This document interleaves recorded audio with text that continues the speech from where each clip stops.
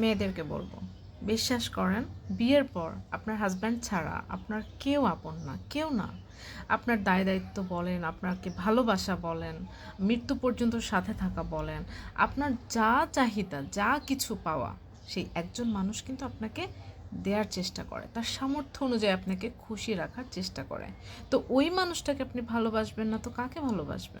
মাত্র 18-20 বছর বাবা মা লালন পালন করে, আপনি তাদের জন্য সারা জীবন পাগল থাকেন, অথচ আপনার সারা জীবনের দায়িত্ব যে মানুষটা নিয়ে চলে আসে আপনাকে এবং আপনার মৃত্যু পর্যন্ত আপনাকে সব কিছু থেকে সুরক্ষা দিয়ে রাখার চেষ্টা করে, সেই মানুষটাকে ভালোবাসতে সমস্যা কোথায়?